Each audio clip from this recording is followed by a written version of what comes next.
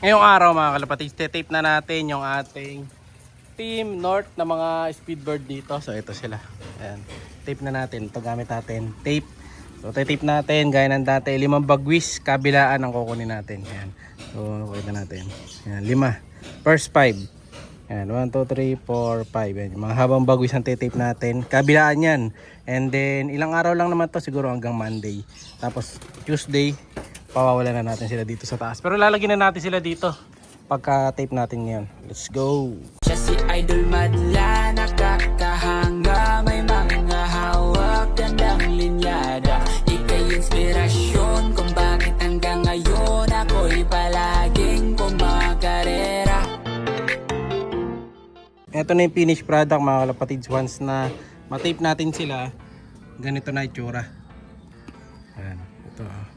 Tape na to mga kalapatids. Ayan na itsura. 1 day tape lang yan. Ay 3 days tape lang to. Ayan. Diba? Ito isa. Lagyan na natin dito sa taas.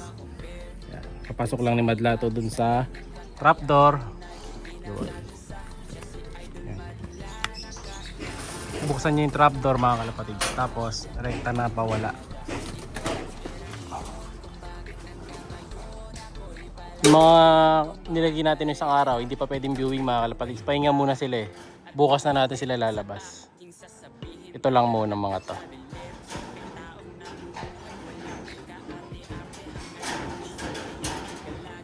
Yan mo na dyan boy, sa labas na lang sila. Nakatape naman eh. Yan. Para masanay na sila sa ibang environment. Yan o. Next bird. So una, grisel. Ito may nilagay tayo dito. Puti ba yan? Hindi. Red grisel. So ito may kapatid na isa to. Yung grisel na nilagay ko. So kita nyo to. Ito red na white grisel. Tapos yung kapatid niya dark grisel. So magkaiba silang kulay. No? Tape din natin to kabilaan. Likot eh. Ito another grisel mga kalapatids. Ayan o. Kanina grisel. Ito grisel ulit. Pero magkaiba sila ng line. Ito yata yung anak ni Kobe. No? So ito yung bagus niyan. Yan. So yung kanina mahaba bagwis, so, ito iba. No, medyo dikit-dikit. Tape na natin. Last bird mga kalapatids, ito yung anak ni Kobe Jr. Pero medyo malaki tong anak niya na to. Ayun, pero kamukha din niya eh. Pearl eye din. So lahi nito, Luis Chu cross dun sa iba natin si Kobe Jr. Ayan. Na 18 times winner, 1 times lap winner. Ayan. Kondisyon naman oh. So kita nyo yung bagwis oh. May puti-puti dahil siya, laing grisel kasi to, grisel yung nanay. Tingnan natin kung may speed to, pero haba ng bagwis oh. Baka pang pala, pang derby natin. Ganda. Tape na rin natin to, 5-5. Ito tapos na yung blue bar, lagyan na natin siya para sa first day. Bye-bye. Oops. Ayan oh, first day nila mga kalapatid sa labas. Wala sanang mawala.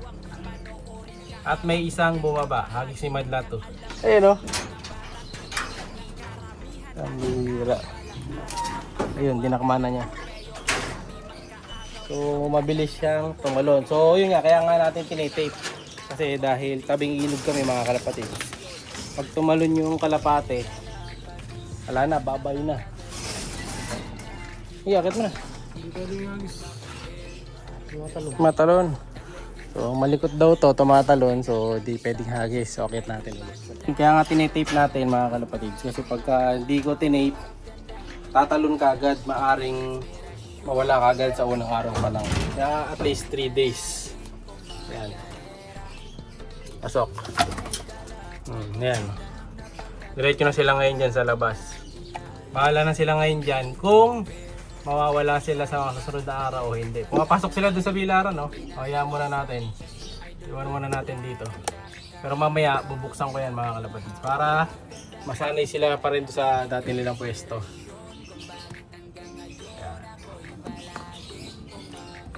Ayan. Mamaya bubuksan ko na lang para may papasukan sila mamaya. Ayan. Kasi hanapin din natin nilang pwesto eh. Magiging open din naman kasi yan sa susunod na araw.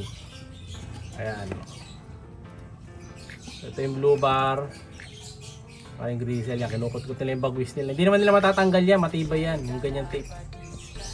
Saka di rin naman masisira yung bagis nila kasi 1 week lang naman tatagal yan. So dito naman kasi, eto may naiwan pa dito, 2 para sa next batch. So mabilis lang natin ihahabol to. Next week, tape ko na rin to para makahabol sila kagad sa training, no?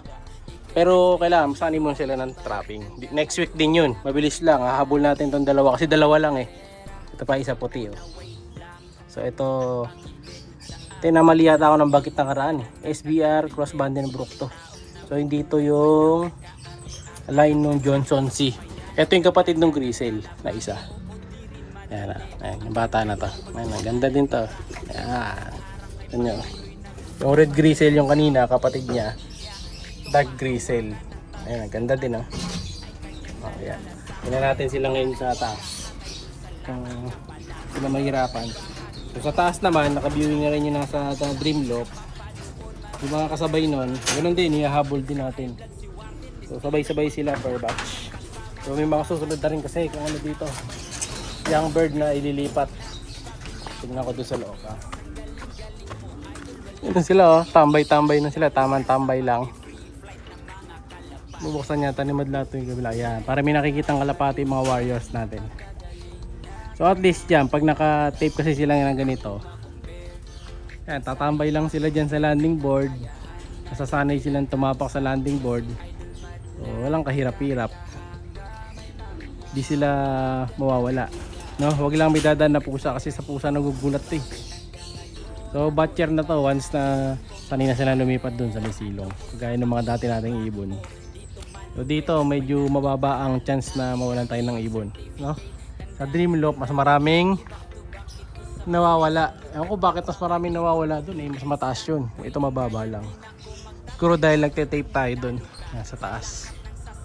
Dito kasi sa baba hindi kami nagte-tape sa taas kasi pagka nag-tape naman tayo sa taas, pag tumalon sila, wala na, mababalian na mga kalapatid kaya hindi pwede. So yung ganun technique para sa mababang loft lang. So ngayon maglilipat na ako ng mga young birds din. So diretso. Kunin na natin. Ito meron tayong mga off color, 2, 3, sabay-sabay na yan. Lilipat na natin dito. Ayan, may naghihintay na 2 cage para sa kanila or dito sa kabila. No? Kailangan maayos na natin yan. Dahil tumatanda na sila. Naglilipat tayo 20 to 23 days. Pero bago natin lipat, magbibigay muna tayo ng ganito ngayon. Ayan. So kung gusto nyo mag-order ng ganito, lalagay ko yung link dito sa video. Ayan. Ito yung gamit natin pang kondisyon ng mga breeder. Ayan. Sulit na sulit to. Pag bumili kayo nyan, kahit wala na kayo nung redstone sa grits, yan na lang. Effective. No? So try nyo din. Siya'y kalapatistang napakagaling na kinakilala.